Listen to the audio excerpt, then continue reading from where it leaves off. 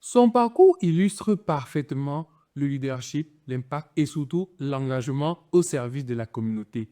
Elle, c'est une jeune femme leader aussi rare qu'on peut avoir dans notre espace camerounais et africain. Étudiante en master à la faculté des sciences juridiques et politiques de l'Université de Tchang, Adélie Tsogni, vu que c'est d'elle qu'il s'agit, occupe le poste de déléguée générale de l'ex-faculté. Elle a aujourd'hui la charge de représenter les étudiants au sein de l'administration de la dite université. Mais au-delà de cela, celle-là qui est aujourd'hui spécialiste des questions de paix, de genre et de sécurité impressionne par ses actions sur le terrain et surtout par son dynamisme et son leadership engagé. C'est pour la toute première fois que nous la recevons en couverture du magazine Petit qu'on est étudiant pour le mois de janvier 2026. Dire d'elle qu'elle est talentueuse, c'est un euphémisme. Dire d'elle qu'elle est audacieuse, ce serait rayer certains aspects de son parcours plutôt réluisant jusque-là. Plus de 10 pays en Afrique parcourus par celle-ci en moins de quelques années.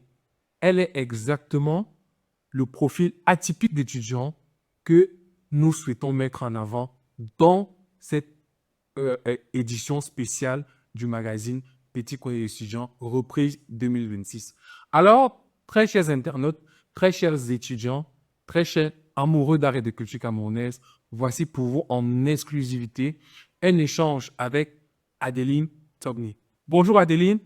Bonjour Yalo, bonjour à toute la communauté BC. Ça fait quoi d'être aujourd'hui notre invité pour ce premier podcast pour le magazine Petit Point d'Exclusion?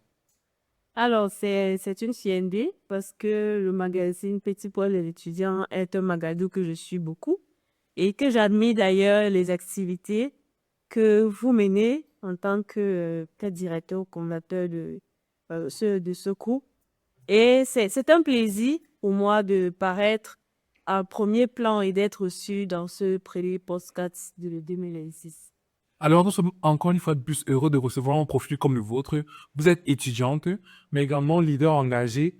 Vous avez fait beaucoup d'activités. Vous parcourez l'Afrique, le monde pour l'autonomisation de la voix des femmes, pour le leadership jeune, pour le dynamisme des jeunes. Alors moi, je voulais bien vous poser la question de savoir, parce que en plus de tout ça, vous êtes étudiant, donc vous êtes retourné à l'école pour continuer, bien sûr, votre cursus en master. Comment est-ce que vous faites pour allier toutes ces différentes casquettes-là? Alors, ça fait quelques années, j'ai arrêté mes études, j'ai mis une pause parce que j'étais très engagée sur les questions de leadership de femmes, leadership des jeunes et également sur la question de participation citoyenne. J'ai été engagée par plusieurs organisations internationales où je travaillais en tant que consultante. Mais à un moment donné, je peux se poser la question de savoir, est-ce que je peux m'arrêter là avec les études? Est-ce qu'il ne serait pas intéressant d'associer à ma compétence une compétence académique? Donc, je suis retournée à l'école. Je me suis inscrite en master en sciences politiques parce que c'est une filière qui me passionne et puis que je suis en licence. Et aujourd'hui, je peux dire j'ai trouvé un équilibre intéressant entre toutes ces activités parce que je vais continuer toujours et les études où j'ai d'ailleurs également des responsabilités au sein du campus. Il suffit justement d'être organisé et de pouvoir, comme les anglophones disent, créer une balance, trouver le juste équilibre entre ces différentes activités. Et ça fait quoi pourquoi est-ce que Adeline veut toujours être, on va dire, entre guillemets, au devant de la scène?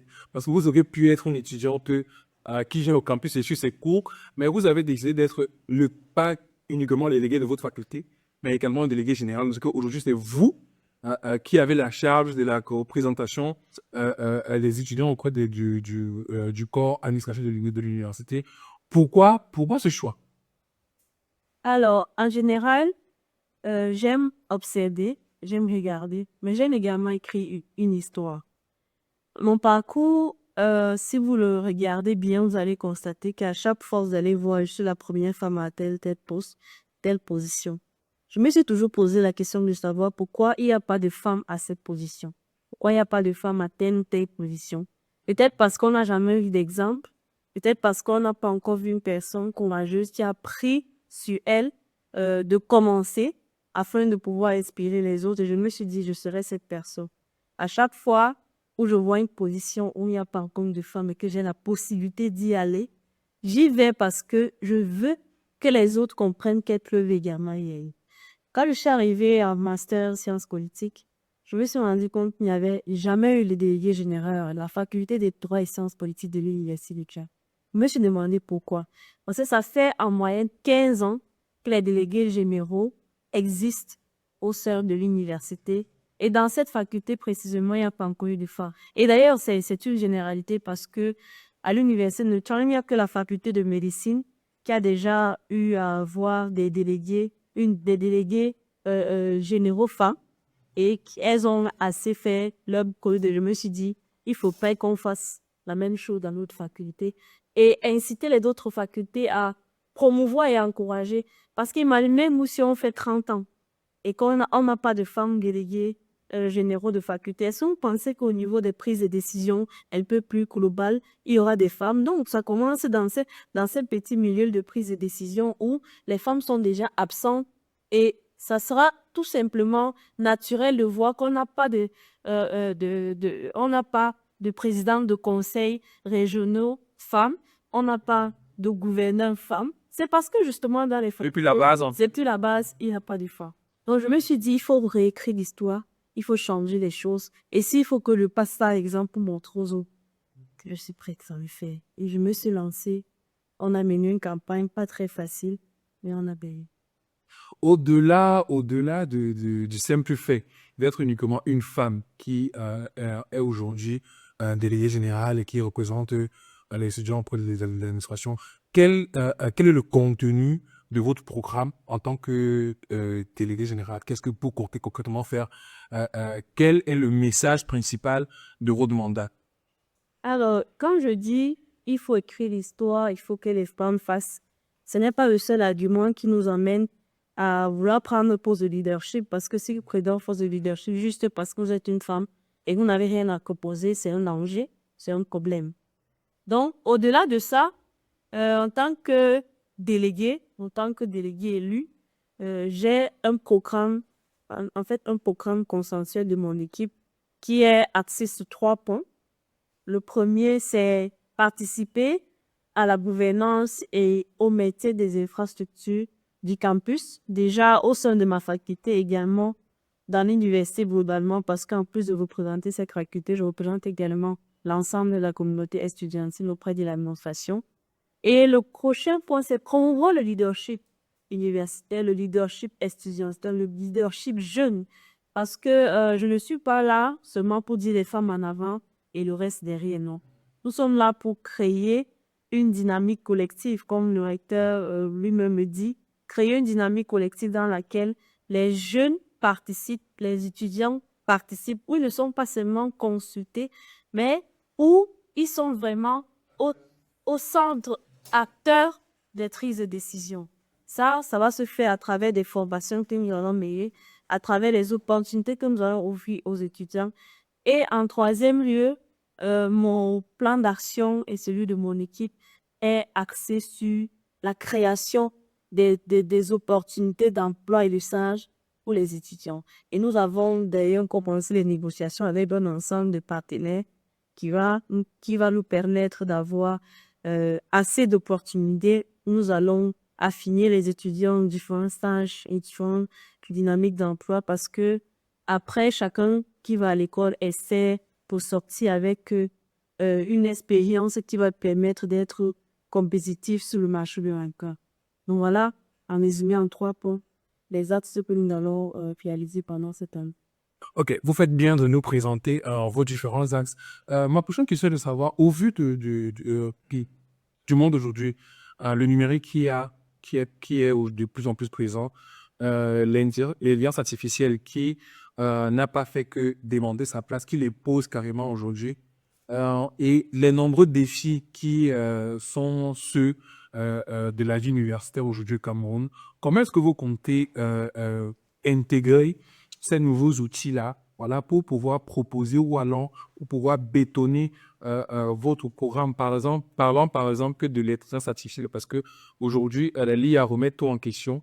ça vient à contribuer à élargir les espaces d'apprentissage. Comment est-ce que vous comptez intégrer ces outils-là dans votre mandature pour effectivement proposer quelque chose qui pourra marquer et laisser un impact indélébile à l'Université de Tchang? Alors, vous faites bien de le dire, cher Rhiannon, l'intelligence artificielle s'impose carrément à tous. Et en tant qu'étudiant, c'est un outil. En tant qu'étudiant, c'est un outil qui peut permettre d'améliorer le champ d'apprentissage. Ça peut permettre de faire deux choses. Soit améliorer, soit totalement permettre le monde de l'éducation. Mais nous, en tant que jeunes, on va le dire conscients, nous souhaitons que cet outil soit un outil d'apprentissage, un outil qui permet de débloquer un ensemble de possibilités et d'opportunités pour les jeunes. Je vais le dire clairement, je ne suis pas experte sur les questions d'intelligence artificielle, mais ce que nous comptons faire, c'est faire une conférence sur le numérique. Quels sont les champs d'opportunités des nouvelles technologies aujourd'hui? Nous allons faire cette conférence en avril pendant l'Académie universelle de leadership, qui est l'un des programmes phares de notre programme, de notre plan d'action cette année. Et nous pensons inviter des experts sur la question, des personnes qui ont utilisé l'intelligence artificielle pour réussir, des personnes qui ont vraiment fait de l'intelligence artificielle un champ de compétences, afin qu'ils puissent expliquer aux étudiants comment utiliser ce nouvel outil dans des buts plutôt productif et pour développer la société, que ce soit estudiantile ou au-delà. Donc, nous allons faire conférence et on espère que les étudiants pourront sortir de là enrichis et mieux conseillés par rapport à l'utilisation de cette nouvelle technologie. Ok, intéressant. Je vous souhaite déjà beaucoup de courage pour ce planning qui est sûrement déjà assez chargé. Maintenant, parlons du leadership en lui-même. Comment est-ce que vous concevez le leadership en Afrique et surtout au Cameroun et même encore dans votre ville de Tchad? Alors, la question de leadership est déjà une notion polysémique qui a plusieurs sens, qui a plusieurs définitions. Mais j'ai toujours vu le leadership comme la capacité de pouvoir impacter, capacité de laisser quelque chose de positif, la capacité d'inspirer, la capacité de rassembler les gens autour des causes utiles et des causes de notre temps. Comment je conçois le leadership africain aujourd'hui? Je pense que globalement, l'idéal pour moi serait qu'on soit dans un leadership qui réforme aux besoins des populations. Ça, c'est l'idéal. Mais malheureusement, nous sommes dans une situation dans laquelle les leaders africains aujourd'hui ne sont pas toujours tournés vers la réponse aux besoins immédiats des populations. Maintenant, quand je reviens au Cameroun, je me rends compte qu'il y a un ensemble de leaders. Il y a des catégories, il y a des personnes qui veulent vraiment créer la différence, il y a des personnes qui veulent vraiment apporter des solutions, mais il y en a d'autres qui ont des postes de leadership, mais qui ne sont pas toujours au service des populations, qui ne sont pas toujours au service de l'intérêt général. Ah, je reviens dans la ville de Tchang. Je vais parler du leadership jeune, c'est mieux pour moi. Je pense qu'il y a une dynamique de jeunes leaders qui se développe. Il y a une dynamique de personnes, que ce soit des hommes, des femmes, qui se met en place pour penser au développement de notre vie, de notre cité climatique. Et c'est appréciable. Mais comme je disais tantôt, l'idéal pour moi, le leadership, serait la capacité pour des personnes à rassembler, à impacter, à trouver des solutions concrètes, à pouvoir développer la communauté. Ok, rapidement, pour enchérir ce que tu as dit, est-ce que dans la ville de Tchad, tu peux par exemple, je ne dis pas, nous donner quelques noms de jeunes leaders qui t'inspirent et que tu trouves qui font le vrai travail de leadership? Alors, je vais commencer par vous, Yannon. Comme je le disais tantôt, votre magazine a été est l'un des magazines que j'admire beaucoup avec la communauté Petit Quad des étudiants. Quand j'avais arrêté les études, je suivais beaucoup cette communauté et je me demandais pourquoi, quand j'étais en licence, je n'avais pas intégré cette communauté-là. Donc, c'est un plaisir pour moi de revenir en tant qu'invité. Je pense que j'ai rejoint le groupe et j'en suis très fière. À côté de vous, il y a plein d'autres jeunes.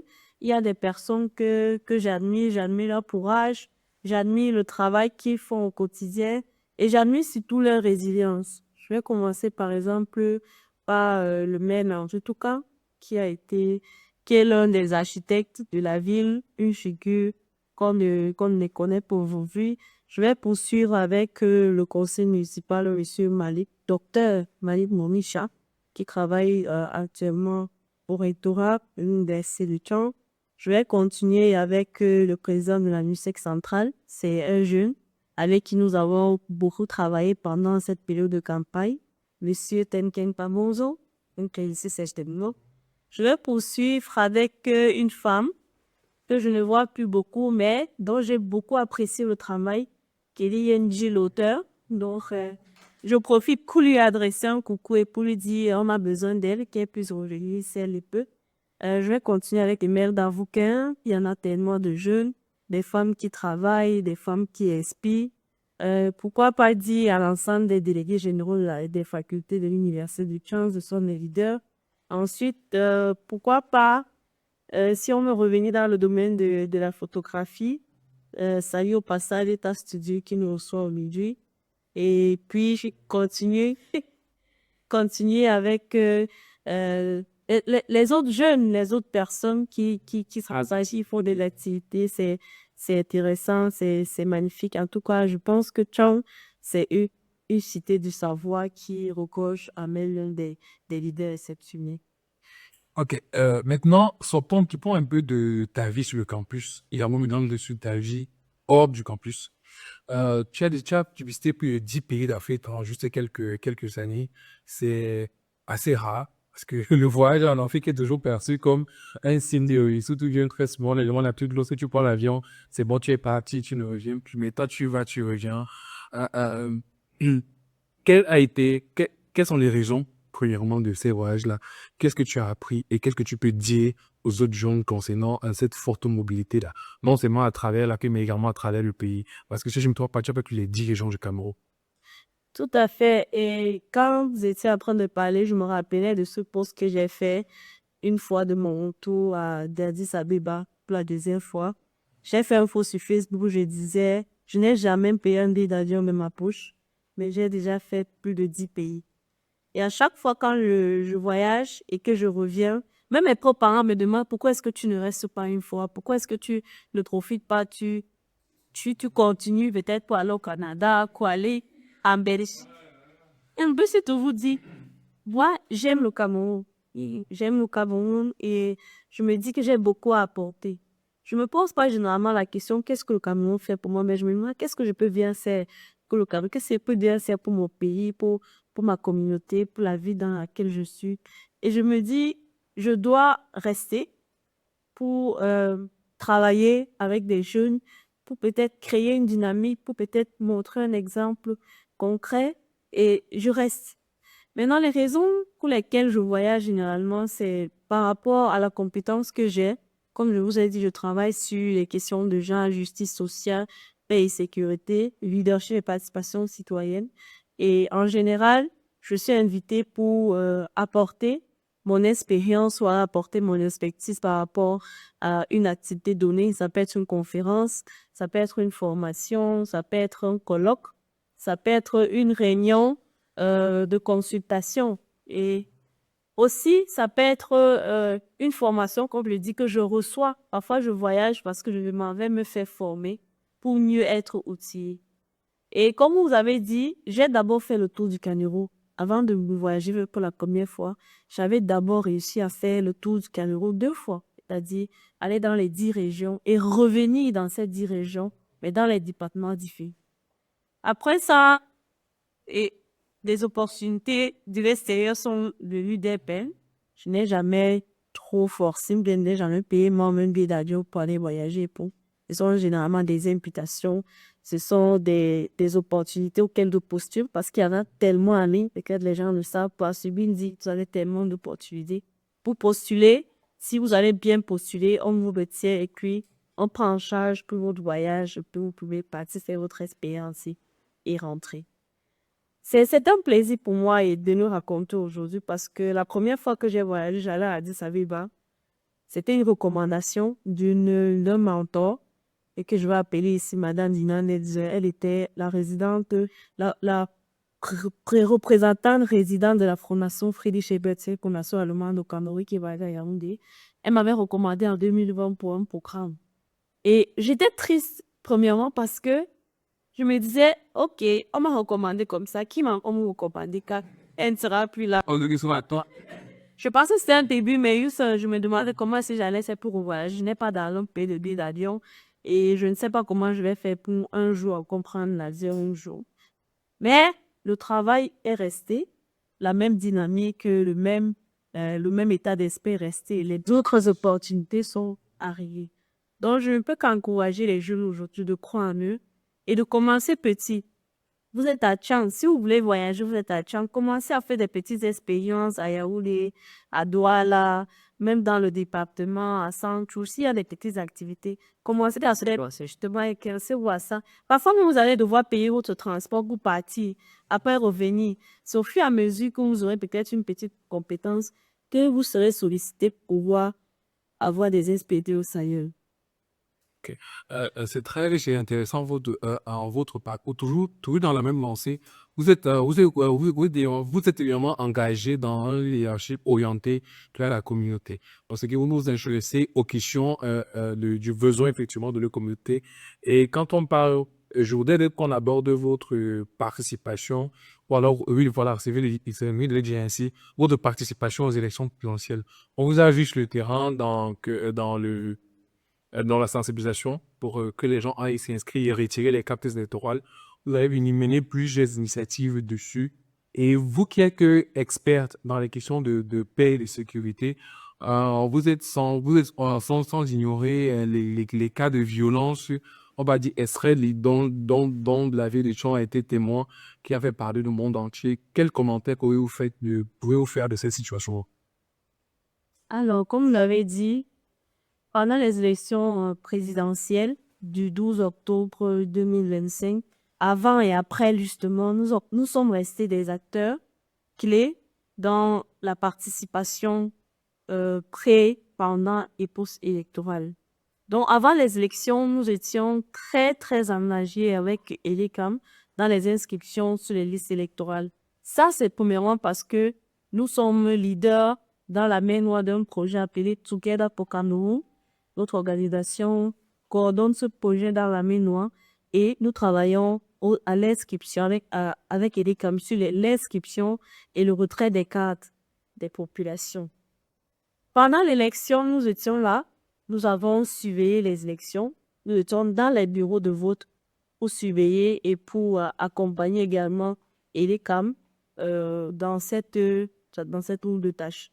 Après les élections, nous étions dans la commission de recensement des votes et, comme vous avez dit, les choses sont allées très vite et ont presque dégénéré. Nous avons vécu une crise post-électorale et nous étions l'une des villes où la violence a été assez extrême. On a vu des populations brûler, des édifices publics brûler, du matériel public et on s'est posé la question, qu'est-ce qui n'a pas marché?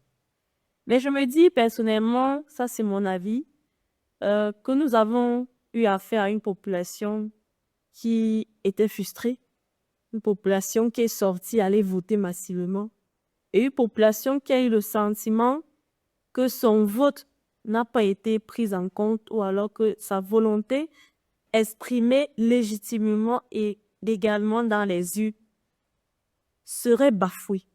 Donc, pas le conditionnel, parce que jusqu'à cause du contraire, l'enquête est encore en cours. Les enquêtes par rapport à tous ces événements sont encore en cours. Donc, je peux tout simplement dire, les Camerounais de la ville de Tchang sont allés voter. Ils ont pensé que leur vote était menacé, ils sont sortis, ils se sont exprimés. Et le moyen le plus légitime pour eux était la violence. Ils ont exprimé cette violence. Maintenant, en tant qu'expert des questions de paix et sécurité, vous avez manqué de dire, j'ai fait une formation à l'Université Senghor par rapport à cette question. En tant qu'expert sur ce point, je me dis que il est important de toujours travailler à la prévention des violences avant qu'elles n'arrivent.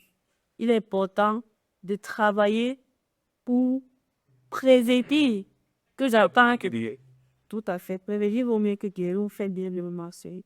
Donc, on ne peut que souhaiter que les acteurs impliqués, que ce soit la société civile, que ce soit les câbles, que ce soit les élites politiques, puissent travailler parce qu'on a une élection législative, des élections législatives municipales qui arrivent. Il est important de prévenir ce genre de situation.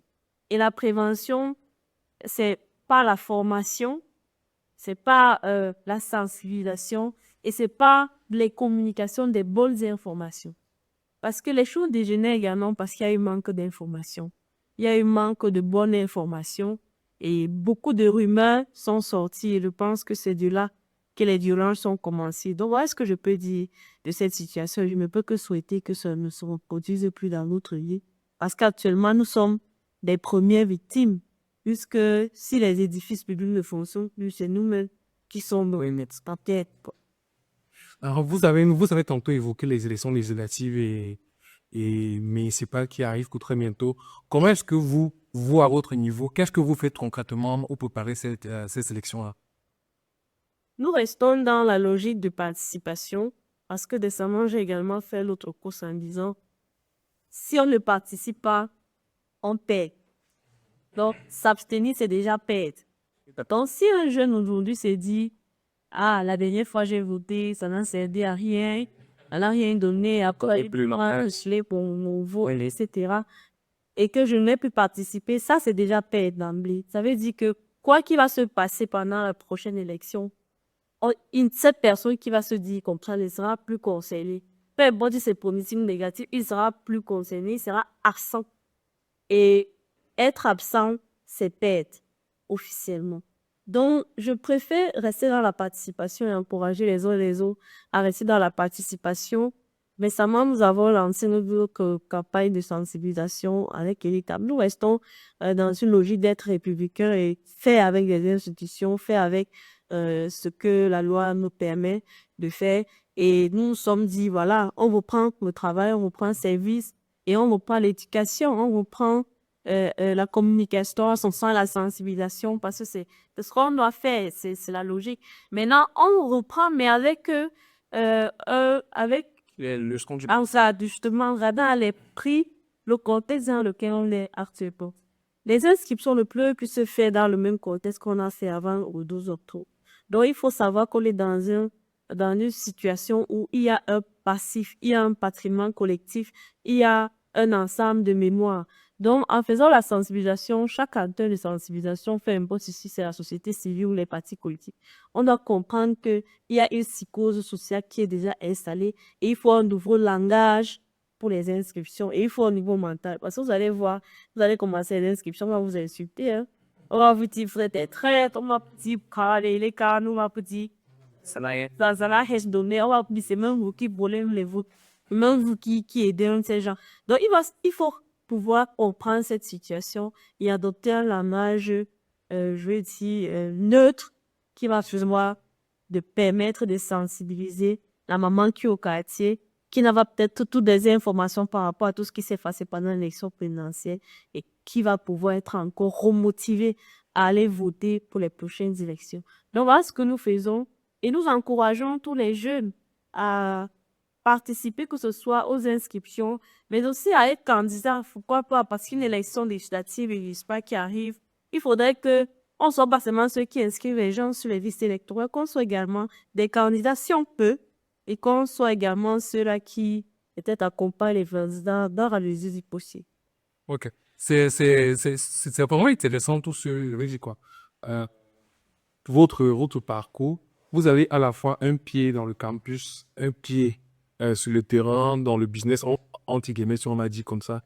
Vous êtes aujourd'hui ce qu'on peut qualifier le profil atypique de profil étudiant, pardon, atypique. Alors moi, je voudrais bien savoir pour vous quel est le conseil que vous pouvez donner aujourd'hui à un jeune qui vient d'avoir le bac.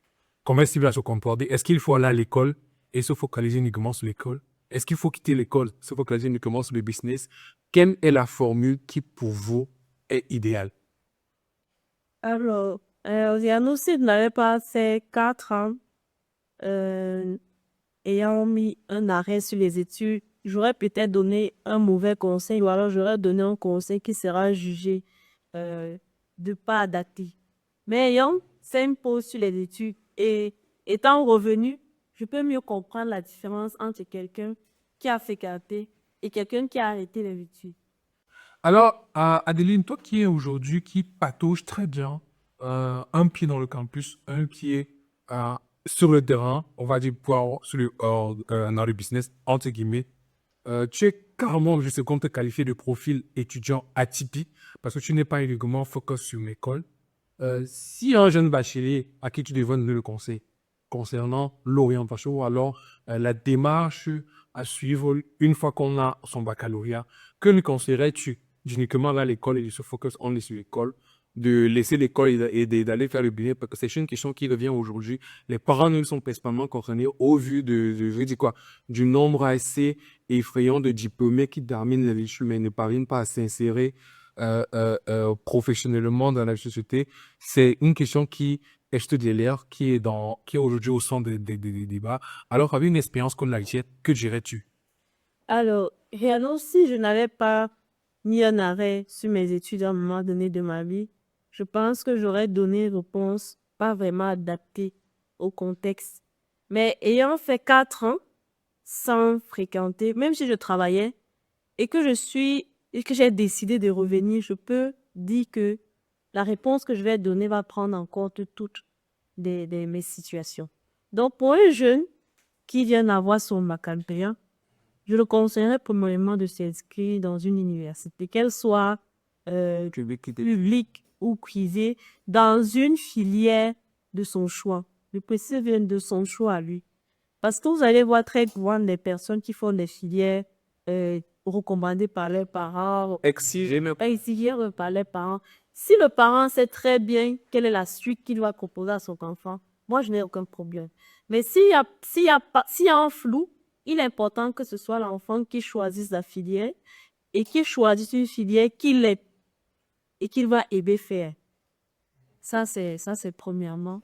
Après avoir fait le choix de la filière, qu'on s'inscrit à l'université, il est important de se demander qu'est-ce que je fais en plus de mes études. Parce que faire les études simplement, niveau 1, niveau 2, niveau 3, licence, avoir une licence, sans avoir une expérience à côté, sans avoir une autre compétence professionnelle à côté, que ce soit seulement des expériences de formation additionnelles que vous faites, c'est une demeure. Parce que vous allez finir votre licence, vous aurez une licence en physique, une licence en droit, une licence en trilingue espagnol, et vous allez recommencer à chercher l'expérience. Et c'est là que vous aurez peut-être raté votre parcours. Par contre, si vous inscrivez à l'université et que pendant que vous êtes en train de fréquenter, je pense que l'université aujourd'hui n'est plus très dure comme avant. Si vous êtes en train de fréquenter, trouvez à côté une activité, que ce soit para-académique, sociale, que vous allez faire, que vous allez également aimer. Parce que ne faites pas parce qu'on vous a forcé, ne faites pas parce que vous voulez une des autres, que vous allez également aimer. Parce que quand vous allez aimer cette activité que vous allez faire, vous allez rapidement développer des compétences qui vont permettre de vous démarquer positivement et vous trouver des opportunités faciles. Moi, quand je faisais licence, la première année, je ne faisais rien d'autre que les études. C'est la deuxième année que j'ai rejoint le club à l'université, le club débat et leadership, et je suis toujours fière de le dire. C'est de là que tout est parti.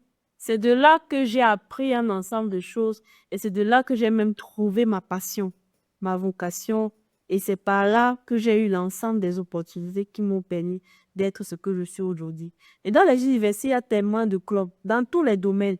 Prenons par exemple le cas du numérique, il y a des clubs entrepreneuriaux, il y a des clubs informatiques avec par exemple. Dans les autres universités du Cameroun, c'est la même chose. Il y a tellement de clubs. Récemment, nous avons reçu la liste des différents clubs et associations culturelles de l'Université de Caen par recommandation directe. Nous, on était stupéfaits de voir l'ensemble des clubs qui existent. Il y a le club FAMFA, il y a le club art et culture, art plastique. Il y a tellement de clubs environnement, Croix-Rouge. Et je pense que les jeunes ne sont pas juste peut-être informés ou alors ne sont pas juste engagés. Ils se disent que je suis venu à Tchang me fréquenter, je suis là à Tchang, M'intéresse pas. tout ce qui est à côté peut-être va me distraire. Pourtant, lorsque vous êtes engagé dans une activité communautaire ou para-académique, c'est là que vous allez encore plus concentrer. Vous apprenez à gérer votre temps, vous apprenez à vous organiser, vous apprenez à recentrer les priorités sur les choses importantes. Donc, je pense que s'inscrire à l'université n'est pas une perte, c'est très important. Mais à côté de ça, il faut avoir des activités para-académiques qui vont permettre de forger une expérience professionnelle et après, se lancer dans la vie professionnelle et ne pas oublier ses études. Parce que c'est ça qui m'a peut-être ralenti. Parce que lorsque vous atteignez un certain niveau et que vous n'avez pas le niveau académique requis, c'est très difficile. Je vais vous raconter une expérience en quelques secondes qui m'a beaucoup marqué et qui m'a poussé à revenir sur les bancs. J'ai écrit un document par rapport aux violences faites aux femmes et aux filles, les violences économiques. Le document est très bon, accepté, magnifique, je vais dire apprécié. Mais malheureusement, ce n'est pas mon nom qu'on met sur le document. Parce que soi-disant, je n'ai pas de docteur sur mon nom, je n'ai pas une expérience de bac plus C. Et c'est normal, parce que quand vous n'avez pas une expérience académique intéressante et que vous n'avez pas un niveau spécifique, il est un peu difficile de vous donner certains types justement. Donc, vous pouvez faire un travail qui est bon, mais on ne vous donne pas la paternité de ce travail. Donc, ça m'a un peu frustrée. Et je me suis dit, pourquoi? À un moment donné, j'ai jugé les personnes qui ont fait ça, mais je me suis dit, mais ils ont raison. Vous ne pouvez pas avoir la licence, vous voulez faire un certain type de travail. Ou bien vous ne pouvez pas avoir un certain niveau académique et vous voulez qu'on vous mette dans un certain niveau de la vie, que ce soit associatif, professionnel. Donc, je me suis dit, ben, ils ont raison. Je me suis réinscrite à l'UNSP. Et même mes propres petits frères à la maison, je leur ai dit, vous voyez comment ils se battent sur le livre. C'est parce que c'est important. Il faut le faire. Mais après, c'est pas pour dire que ces études ou rien, ou bien c'est master ou rien, ou bien c'est doctorat ou rien. Ça dépend également du domaine dans lequel on exerce. Ça dépend aussi des ambitions qu'on veut avoir et ça dépend du niveau de vie ou alors du niveau de vie professionnelle qu'on veut. On va avoir. Il est important de fréquenter aujourd'hui. Et lorsqu'on fréquente, il faut penser à sa vie professionnelle. Il faut penser à ce qu'on veut faire de nous.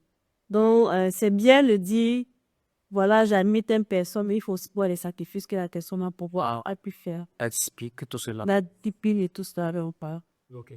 Où est-ce que Adeline, je vois d'ici 5-10 ans? Dans 5-10 ans, je vois également une Adeline qui travaille toujours sur les questions de genre, mais à un certain niveau, parce que actuellement, on travaille au niveau communautaire et on pousse les gens à s'impliquer. Mais je veux travailler à un niveau un peu plus élevé, un niveau où on s'intéresse aux stades de prise de décision plus élevés. Par exemple, est-ce qu'il y a les femmes au Parlement? Pourquoi est-ce que les femmes ne sont pas gouverneurs? Pourquoi est-ce que les femmes ne sont pas premiers ministres? Voilà les questions que nous souhaitons toucher. Mais actuellement, vraiment, on se base sur on est à la base. Et pourquoi ici il n'y a pas une femme déléguée générale? Pourquoi ici il n'y a pas une femme présidente de COP? Voilà notre niveau. Mais on va arriver à un niveau où... Beaucoup plus grand. C'est élevé. Tout à fait. Donc, dans 10 ans également, je me vois à tête d'une association, de cette association REPAT qui aura peut-être fait son chemin et qui aura eu tant d'expérience, qui va travailler sur des questions un peu plus techniques et des questions un peu plus élevées. Donc, également, je me vois dans ma vie personnelle comme une maman parce que au-delà des activités professionnelles, des activités académiques, sociales, politiques, il faut également se recentrer sur soi et se demander qu'est-ce qu'on veut devenir. Donc moi, je le vois également comme maman et maman responsable. Avec un mari riche, nous bien, et vous pouvez vous la boss lady dans cette histoire. Avec? Avec un mari riche ou bien, Donc, qui dit maman dit forcément quelqu'un qui est avec un papa, ainsi une femme qui a un homme à ses côtés. Moi, je suis de celle qui pense que au-delà d'être femme et engagée, qu'il faut également penser à connaître sa propre famille et une famille équilibrée. C'est une famille dans laquelle il y a un père responsable et une mère également qui prend ses responsabilités. ouais, c'est très important de de préciser qu'il y a les petits écritures. Il y a ce besoin d'équité même au niveau des responsabilités pour qu'effectivement, en tout cas, vous reflétez bien ces questions ces chromaties de genre sur lesquelles vous travaillez. Donc, c'est important. Vous allez vous retransmettre. L'homme a aussi les sièges. Donc, Edgemont, même si à vous d'avoir accepté de vous plonger avec nous dans ce premier format qu'on met en avant, voilà, pour revenir et proposer quelque chose de vraiment plus intéressant. Et bien sûr, toucher les jeunes à travers ce nouveau canal, ce nouveau format qui est le podcast, qui a le vent un peu pour aujourd'hui. On ne pouvait pas faire sans. On ne pouvait pas uniquement se limiter à la version papier du magazine. On s'est dit, pour qu'on puisse davantage découvrir qui est la D-Ligne, il fallait également focus son entretien comme celui-ci. Vous êtes face caméra ou vous livrez honnêtement sans filtre sur votre parcours aux gens. Et on espère que ceux qui vont regarder vont pouvoir être inspirés, vont pouvoir bien sûr prendre en compte comme modèle et bien sûr sont accrochés de vous pour vous donner de la force pour davantage pousser vos activités et amplifier ce que vous faites. Quant à nous, nous prenons la responsabilité sur nous de vous accompagner sur le plan digital, d'amplifier ce que vous faites comme activité sur le terrain. Pour ce que vous avez comme conférence sur le campus Prélude durant une année, nous sommes bien sûr également disponibles pour vous donner un coup de main pour cela. Donc, très chers étudiants, très chers internautes, c'était ainsi le tout premier épisode du podcast pour le magazine Petit Coin étudiant. Merci infiniment de nous avoir écoutés. N'hésitez pas de partager votre avis sur le parcours de notre invité du jour, Mme Adélie Psobni, en commentaire. Et n'hésitez pas également de nous dire qui est-ce que bien évidemment vous voudriez voir assis sur cette là pour que nous puissions bien mettre en avant son parcours, comprendre les raisons de son succès, les éléments qu'il ou elle intègre dans sa démarche pour être au top aujourd'hui. À bientôt.